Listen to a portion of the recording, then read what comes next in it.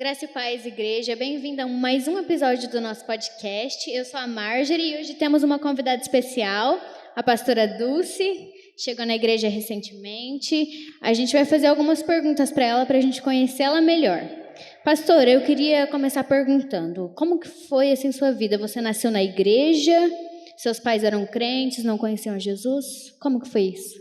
Marjorie, primeiro eu quero agradecer, né, pelo convite. Estou muito feliz, nervosa também. Sim, nasci na igreja e a minha história de vida é bem interessante porque eu sou de uma família de 12 irmãos. Então, nasceram 5 irmãos primeiro e naquela época, né, as mulheres elas não faziam uso de métodos contraceptivos, anticoncepcionais. Então, minha mãe teve logo 5 filhos, 2 homens e 3 meninas.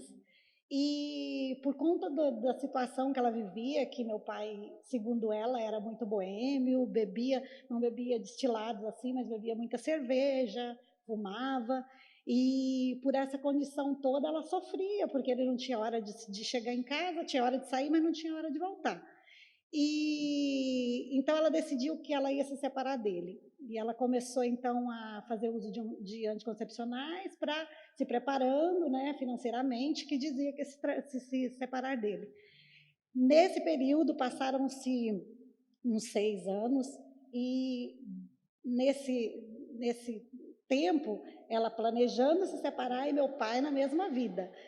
E quando foi um dia, ele bêbado chegou numa igreja e resolveu entrar, e quando ele chegou lá, ouviu a palavra e sentiu que deveria receber Jesus como Salvador. E ele disse que ele foi para frente. Quando ele chegou lá na frente, ele tinha um maço de cigarro no bolso que dominava ele. Então, ele simbolicamente pegou aquele maço de cigarro, amassou e disse: até hoje eu fui seu escravo, mas a partir de hoje eu não sou mais. E dali ele ficou liberto da bebida e realmente continuou seguindo, né? Só que a minha mãe não acreditava mais nele. Ele ia para a igreja, mas ela não ia. Ele ia e ela não ia. E dentro disso parece que se passaram aí 1 ano e meio, mais ou menos, e minha mãe nada de receber Jesus. Ia na igreja e nos finais de culto tinha assim muito costume nas Assembleias de Deus de fazer aquele convite, né? Quem quer receber Jesus como Salvador? De lá e na tal. frente, né? Isso. E os irmãos foram ficando tão conhecidos, minha mãe foi ficando tão conhecida na igreja durante esse ano e meio que ela passou, que um dia o pastor falou: olha, não vou mais fazer convite quando a irmã Elza estiver aqui. No dia que a senhora quiser, a senhora vem e vai dizer: eu quero receber Jesus, porque ela nunca queria, ele fazia o convite, ela dizia não. E quando foi um dia, ela sentiu realmente que o Senhor estava chamando ela né, tinha um plano de salvação na vida dela, e ela foi para frente, recebeu Jesus como Salvador, e aí o casamento deles começou a tomar outro rumo. E Restaurou, aí é né? onde eu chego. Eu nasço de novo. Que bonitinho, uma história de restauração. Deus restaurou um casamento que estava quase acabando, né? Sim. Nossa, seu pai, tipo, simbólico, amassou o cigarro. Isso Sim. é bem legal. Nossa. Depois de mim vieram mais 6. Então, para você ver que ficou bom depois. Nossa, glória a Deus. E aí, então, praticamente você nasceu na igreja, sim? Sim, eu fui a primeira filha que nasceu depois que eles receberam Jesus como Salvador. Sim, nossa, que legal. E aí, tipo assim, eu acredito que eu, por exemplo, eu nasci na igreja, mas aquela aceitação no nosso coração, tipo assim, eu aceitei Jesus, eu sou da igreja, mas eu aceitei Jesus e eu agora conheço Ele. Como que foi isso na sua vida? Foi na adolescência? Foi depois? Sim, nós nascemos e meu pai, depois que eu nasci, passaram-se algum tempo e ele se afastou. Porém, minha mãe, que demorou muito para receber Jesus, recebeu Jesus de verdade. Ela perseverou, né, continuou sendo cristã até quando ela faleceu há 4 anos atrás. E nesse período, então, sempre ela nos levou para a igreja, ensinou a palavra, a gente viu o exemplo dela, também uma mulher tremenda de oração, assim, que a gente encontrava ela orando sempre, orando de dia, orando de noite. Oração tem poder, né? Aleluia. E nesse período, então, quando eu tinha ali uns 9 anos de idade, Eu frequentava muito assim a igreja, a escola bíblica. Tudo que a igreja oferecia, você ia, né? Tudo. Naquela época a gente tinha cultos assim, quase que diariamente, não eram cultos esporádicos como se tem hoje. Tinha culto segunda, terça, tinha muitos Todo cultos. dia tinha alguma coisa. E nós estávamos ali. E quando foi com 9 anos, eu tive a experiência assim de ser batizada no Espírito Santo. Porque tinha um menininho na igreja que não andava, ele tinha uma válvula na cabeça, ele teve paralisia infantil, e a mãe dele disse que ele seria curado. Vai ser curado. As crianças começaram a jejuar e orar para que aquele menino recebesse cura. Então, todos os dias à noite, a gente ia para lá orar na casa dele. E aconteceu que um dia realmente ele saiu andando. E meu Deus, um milagre! Imagina que a gente amanheceu o dia na casa, todas as crianças. Recebeu o batismo com o Espírito Santo e foi nossa, difícil. Foi tremendo, né? Assim, nossa. Foi difícil tirar de lá. E esse foi o período onde eu acredito que eu tive uma experiência assim boa, né, com o Espírito Santo. Mas também uma experiência já muito marcante na minha vida já foi depois, quando eu já era adulta, casada, já tinha 6 filhos, né? E eu fui para um encontro com Deus e lá o Senhor ele me confrontou assim de uma forma incrível. Eu achava que eu era cristã e eu descobri que eu tinha muita coisa para aprender, a começar por questões assim que eu era uma pessoa muito irada e eu não controlava a minha raiva, eu batia nas crianças de qualquer forma e o Senhor me achava melhor que os outros porque eu tinha um cabelo longo, porque eu não usava calça, porque eu tinha vários costumes e eu achava que eu era melhor que os outros cristãos, né? E aí o Senhor me mostrou que não. Deus transforma, muda a nossa mente. O encontro é tremendo para isso. Maravilhoso. É maravilhoso para isso. E, assim, mais adulta, depois do encontro, você passou por muitas igrejas. Como foi a sua trajetória assim, com as outras igrejas? Então, nós somos uma família missionária, né? Então, assim, a gente já passou por algumas igrejas, porque nós viemos de origem da Assembleia de Deus, ficamos durante 21 anos atrás, não, 23 anos atrás, nós éramos da Igreja de Santos, na Assembleia de Deus em Santos, e nós fomos enviados para o Paraná em missão com 5 filhos. Depois de lá, a gente foi para o Paraguai, passamos um tempo no Paraguai também fazendo missões. E depois, por conta de nós termos uma filha, nossa 4ª filha, ela nasceu cega, exatamente cega. Nasceu com microftalmia, estrabismo e... esqueci outra doença. E ela, por fazer e catarata congênita. Nossa. E por ela fazer tratamento aqui no Penido Bournier, os pastores nos enviaram para Hortolândia. E nós viemos para Hortolândia, ficamos morando um período em Hortolândia, logo em seguida nós viemos para Campinas, enviados pela comunidade presbiteriana, né? Ficamos em Campinas e lá a gente está morando até hoje. E por isso, de vez em quando, o Senhor nos tirava de alguns lugares e nos mandava para outro com alguma missão específica, né, que durava aí algum tempo, mas todas as igrejas que nós passamos fomos assim muito abençoados por todas e mais questão de conquistar vidas mesmo, fazer alguma obra específica. Estamos aqui, esperamos que seja para sempre agora, até o céu. Eu sei que você já conhecia a pastora Paula e a pastora Edneide de alguma outra igreja, né? E aí, como que acabou isso? Porque um dia você foi pastora dela e depois, agora ela é sua pastora. Então, tudo virou de ponta cabeça, voltou. Como que foi o momento que você conheceu ela na outra igreja? Essa é uma história muito linda. Essa igreja presbiteriana, né, que é a comunidade presbiteriana, né, que a gente sempre fala ali do pastor Pac, que foi meu pastor da pastora Paula e pastor do pastor Ednei, na época que ele era missionário, né? Quando nós saímos aqui de Hortolândia, nós fomos enviados para Campinas para cuidar da igreja ali no DIC, né, na região do Ouro Verde. E quando nós chegamos lá, a irmã Cleide, que é a mãe da Paula, morava na frente da igreja, como alguém, eu acho que já deve ter ouvido essa história dela, que ela só receberia Jesus se fosse a igreja fosse na porta da casa dela, né, a mãe dela, e realmente era na porta da casa dela. E ali a pastora ela foi para recebeu Jesus lá, né? E logo em seguida se casou com o pastor Ednei, que já era nosso conhecido. Então, assim que a gente se conhece. E a sua trajetória até chegar à Multiforme? Você saiu do DIC e veio para cá? Você ficou um tempo fora? Como que foi isso?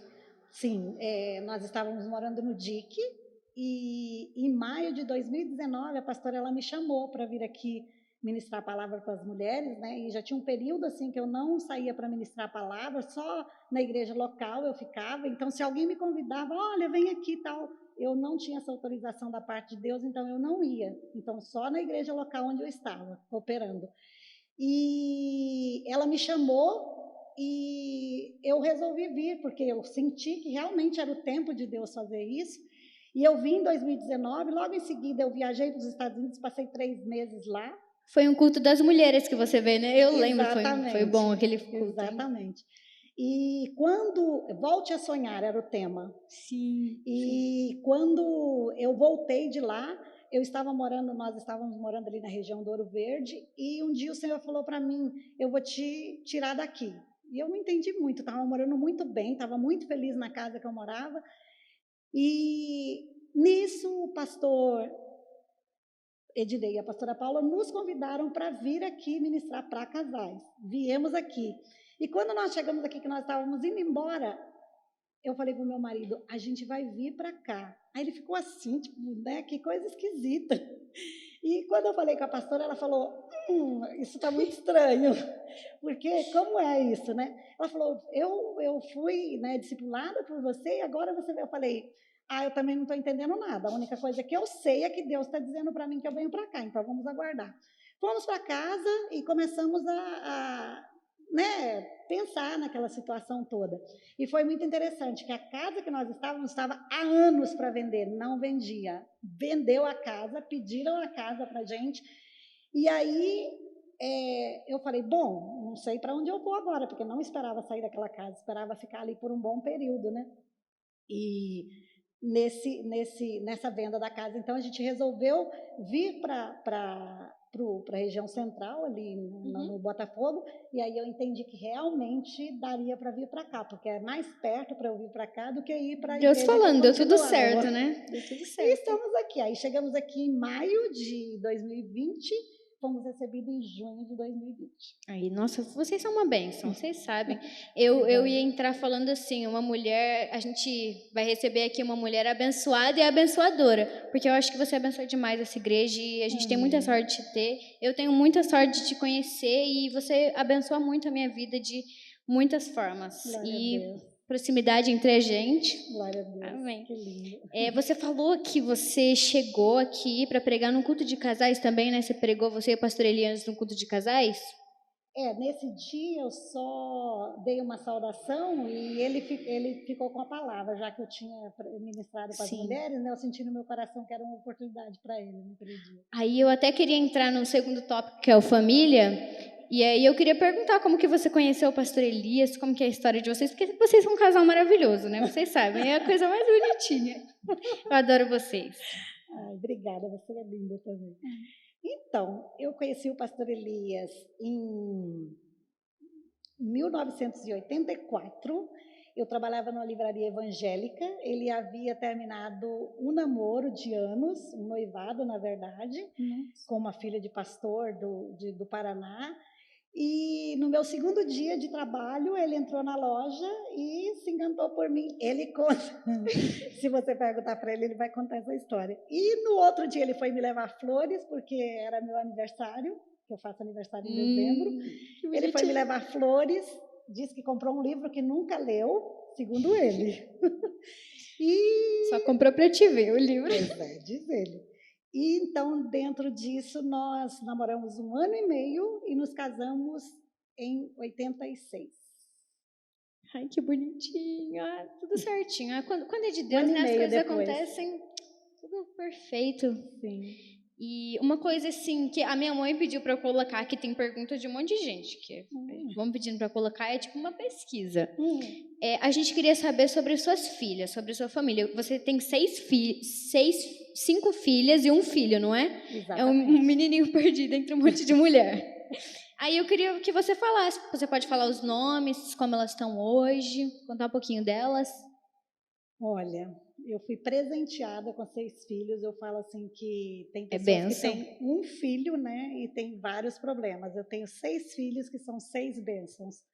Eu sou muito grata ao Senhor porque nenhum dos meus filhos se envolveram com droga, nenhum dos meus filhos se envolveram com nenhum problema. Assim, nunca precisei ir em algum lugar buscá-los.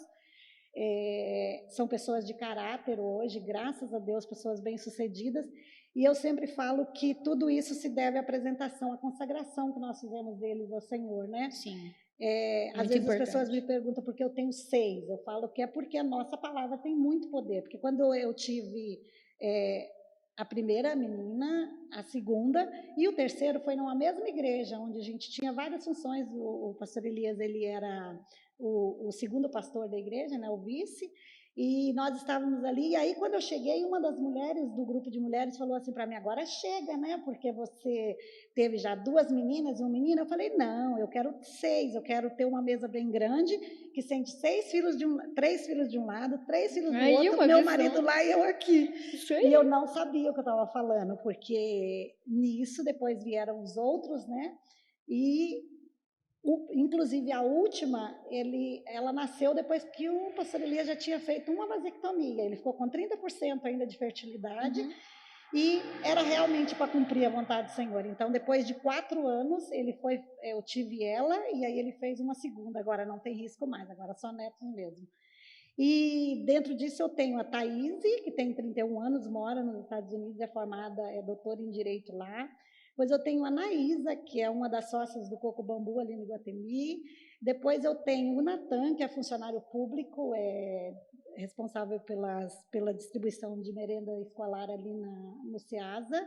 Depois eu tenho a Tainá, que é essa que nasceu com um problema de vistas, né? Exatamente. Ela está se formando em Direito também agora no final do ano, graças a Deus. Abandonou 3 anos de administração para fazer Direito. Olha. Depois eu tenho a Neilise, que tem um negócio próprio, ela trabalha com uma loja... Empreendedora. De pratos, empreendedora. Que chique. E a mais nova é a Taiwane, está formada para comissária. Por enquanto, com a pandemia, né, está trabalhando, ela trabalha ali na região mesmo, próximo de casa, na coordenação das meninas de recepção. Aguardando aí para... Todos muito abençoados.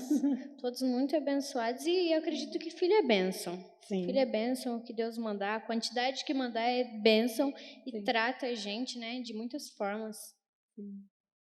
Quer falar alguma coisa? Pode falar.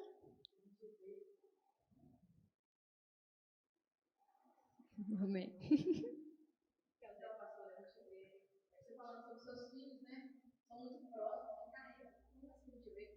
Você, no papel de mãe, você acha que teve algo que você fez para que pudesse seus filhos ser prósperos hoje? Ou foi algo ao acaso? Eles foram prósperos ao acaso? Ou não? Explica pra gente um pouco. Não foi por acaso, né? Eu disse que quando eles nasceram, apresentamos eles para o Senhor. E assim, toda vez que eu apresentava eles, consagrava eles para o Senhor, né? Que o pastor estava ali com eles apresentando, eu fazia uma oração que eu não sabia que efeito tinha. Eu só sabia que aquilo nascia no meu coração. E eu falava: Senhor, está aí mais um José. Eu não sabia. Eu gosto muito da história de José. Para mim, é uma das histórias mais lindas da Bíblia.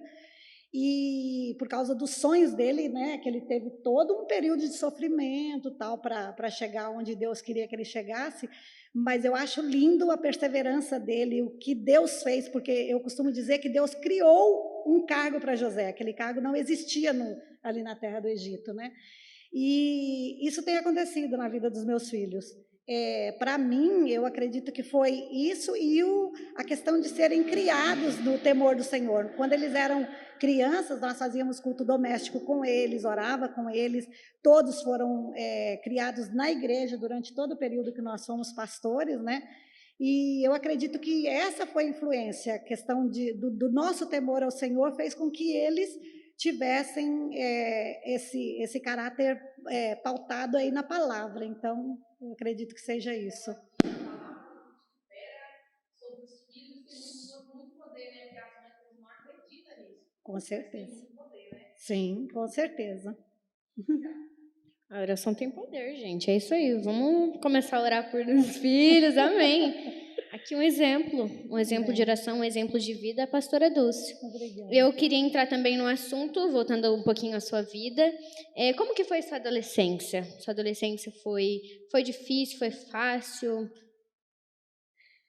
Olha, eu não posso dizer que a minha adolescência foi difícil, porque eu falo que eu sou uma mulher extremamente abençoada por Deus, sou muito feliz, eu acredito que Deus ele tem ainda muitas coisas para fazer, porque o quanto eu sou abençoada, eu devo ter alguma coisa para fazer, né, para retribuir isso, apesar de que a gente não retribui o que Deus nos dá, mas a gente pode tentar servir. Apesar de eu ser uma sexta filha, né, de 12 irmãos, eu nunca passei fome, eu nunca tive falta de nada assim na minha casa, sempre fui muito abençoada.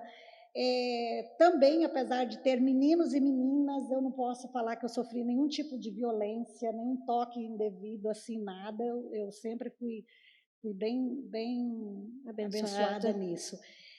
Também não sofri violência de pai nem de mãe, eu tive uma mãe muito temente a Deus. O meu pai, apesar de ter se afastado, era um pai muito carinhoso, apesar dos problemas que eles tinham como casal, para os filhos isso eles não traziam, entendeu? Sim, Então porque a é gente muito era muito importante. abençoada. Exato. Porque os filhos recebem E o muito. ponto que eu acho que assim mais importante é que eu realmente passei toda a minha adolescência servindo ao Senhor. Então, assim, com 15 anos eu já era secretária da igreja, eu cantava no coral, eu já trabalhava com crianças, já trabalhava com adolescentes. Então, eu aproveitei, eu graças a Deus, eu deixei toda a minha vida assim, pro Senhor. Servir isso aí, é uma glória, maravilhoso. Eu queria entrar agora nos favoritos, que você estava até nervosa, meu Deus, que favoritos? Mas aqui eu queria entrar nos favoritos, aí eu vou fazer uma pergunta. Quem é seu personagem bíblico favorito ou uma história que você se identifica na Bíblia? Qualquer uma. José? Você falou de José, eu fiquei imaginando. José, minha história, meu personagem favorito, minha história favorita, e eu creio, eu tenho certeza que ele tem muito a ver com a minha história, né? Eu sou uma pessoa que eu sonho muito alto assim com as coisas de Deus desde criança, e como José eu passei por uma situação parecida e fui muito abençoada, porque hoje eu vejo que valeu muito a pena deixar a minha capa e receber a capa que eu estou recebendo hoje, de honra, em todas as áreas da nossa vida. Nós temos sido muito abençoados. Eu posso dizer que de 2 anos para cá, se nós nunca tivéssemos sido abençoados na nossa vida, os 2 anos que nós temos vivido já seriam suficientes para dizer que nós somos uma família extremamente abençoada. Então, assim, assim como José, eu passei por uma situação, né, assim, de calúnia, e a única coisa que eu queria saber naquela época é perguntar para Deus por que eu estava passando aquilo. Eu queria saber, até que um dia, orando e gritando muito no meu quarto, o Senhor falou para mim que eu não era melhor que Jó. E aí eu disse para ele, nunca mais eu vou perguntar para o Senhor o porquê, eu vou perguntar para quê. E durante esse período, que foram 14 anos, eu nunca mais perguntei, só perguntei para ele para quê. E ele, hoje eu posso ver para quê, ele me permitiu. Sim. Jesus sabe de todas as coisas, a gente tem que confiar nele, Sim. A gente tem que orar, a gente tem que clamar ao Senhor, porque ele nos ouve, né? A oração é poderosa, até que a gente está falando é muito poderosa.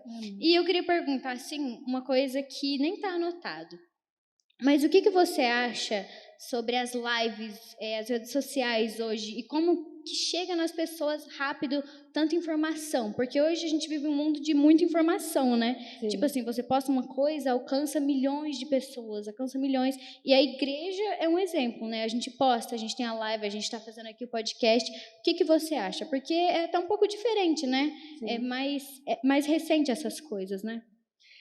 Olha, eu não sou expert em tecnologia, sempre peço ajuda aos universitários, sempre. Mas eu acredito que se Jesus estivesse aqui, ele usaria muito disso. Muito, com certeza. Eu acredito que ele usaria muito WhatsApp, Facebook, tudo que fosse meio de Meio de comunicação para comunicação. falar, entendeu? E eu acredito que seja maravilhoso. O que nós devemos ter cuidado, né, para que nós não façamos mau uso Sim, desses canais sim, muito de importante. comunicação. Mas eu acredito muito que se Jesus estivesse aqui, ele teria todos. Nossa, imagina o Instagram de Jesus, @Jesus Com aí, ó, ia ser certeza, maravilhoso. com certeza. E então, voltando aos seus favoritos, qual o seu versículo favorito? Um versículo que você ama, que você guarda no seu coração? Um versículo. O versículo rema que me manteve durante todos esses anos é Isaías 64:4. Nem olhos viram, nem ouvidos ouviram, e nem jamais penetrou no coração do homem aquilo que o Senhor tem preparado para aqueles que o amam. Glória a Deus. Nossa, é um bom versículo. Nossa. É Acho que meu eu já ouvi rema, alguma pregação baseada nesse versículo. é meu É um bom rema, versículo. sou apaixonada. Assim. Tem alguma pergunta, alguma coisa para falar? Teve pouco tempo, né? Longe de você entregar. Como é que você se sentiu esse tempo? Esse tempo você entendeu que é um tempo de Deus ou não? Você ficou revoltado, Senhor, eu sou pastor, eu sou contigo. Como é que foi para você esse tempo? De espera, né? Eu posso dizer que realmente foi um tempo. Eu não questionei a Deus, porque muito rapidamente ele me respondeu, né, que ele tinha um tempo. E antes de tudo isso acontecer, Deus trouxe uma mulher de Rondônia, com um marido com um câncer, que passou pelo encontro, recebeu Jesus, voltou para morrer lá, porque ele tinha alguma coisa para consertar lá. E Deus usou a vida dela e me disse que eu ficaria um período sem pastorear, e que eu pastorearia a minha família. E na minha cabeça, naquela época, seriam 10 anos. Eu imaginei que fossem 10 anos. Eu falei, bom, é o tempo que os meus filhos vão crescer. Mas eu não fiz a conta certa, que seria 14, porque a minha filha fez 18. Então, realmente, eu entreguei a minha família criada. E nesse período, foi um período que eu me dediquei muito. Eu tinha uma carreira, né? Na época, eu tinha estava num processo trainee para estar gerenciando uma loja em Itupeva, e eu deitei sonhando em continuar naquele processo, e acordei totalmente decidida, porque Deus falou para mim, não, você vai montar alguma coisa de comida e você vai ficar perto dos seus filhos para educar, para cuidar, para ver quando acorda, quando dorme, quando vai para a escola. E eu fiz isso. Então, durante 10 anos, 10 para 11 anos, eu tive negócio próprio para cuidar dos meus filhos. Eu ficava com eles, então terminava de fazer toda a comida, tirava, colocava em Tupperware, levava para que eles se alimentassem, e eu estava sempre perto. Esse foi sim. Esse fato da gente tirar um tempo para orar pela nossa família, para orar pelas nossas vidas. Eu conheço uma moça que ela é de uma igreja, ela é intercessora. E aí ela ora muito pela vida das pessoas. E aí ela disse que quando ela vem na igreja, ela se sente bem, porque ela sente que ao mesmo tempo que ela é abençoada e abençoa a vida de outras pessoas, ela sente que ela tem um tempo que Deus, sabe, abraça ela. Sim. Porque é muito importante isso, a gente ora muito pela vida dos outros, a gente clama muito pela vida de amigo, familiar, e a gente não pode esquecer da nossa vida, a gente tem que estar sempre com Deus, sempre orando, sempre lendo a Bíblia, e isso é extremamente importante. E mais alguma coisa? Oi? Teve algo assim na sua vida que, a primeiro momento, algo que para você foi algo muito ruim, chegou, mas depois você foi entender que era algo de Deus, na sua visão, não, Deus acabou, só que era algo de Deus, e tudo se tornou algo muito bom. Você pensou, nossa, agora eu entendi por quê. Teve algo assim que aconteceu com você? Sim, e voltando lá na sua primeira pergunta, você falou que se eu fiquei frustrada, chateada.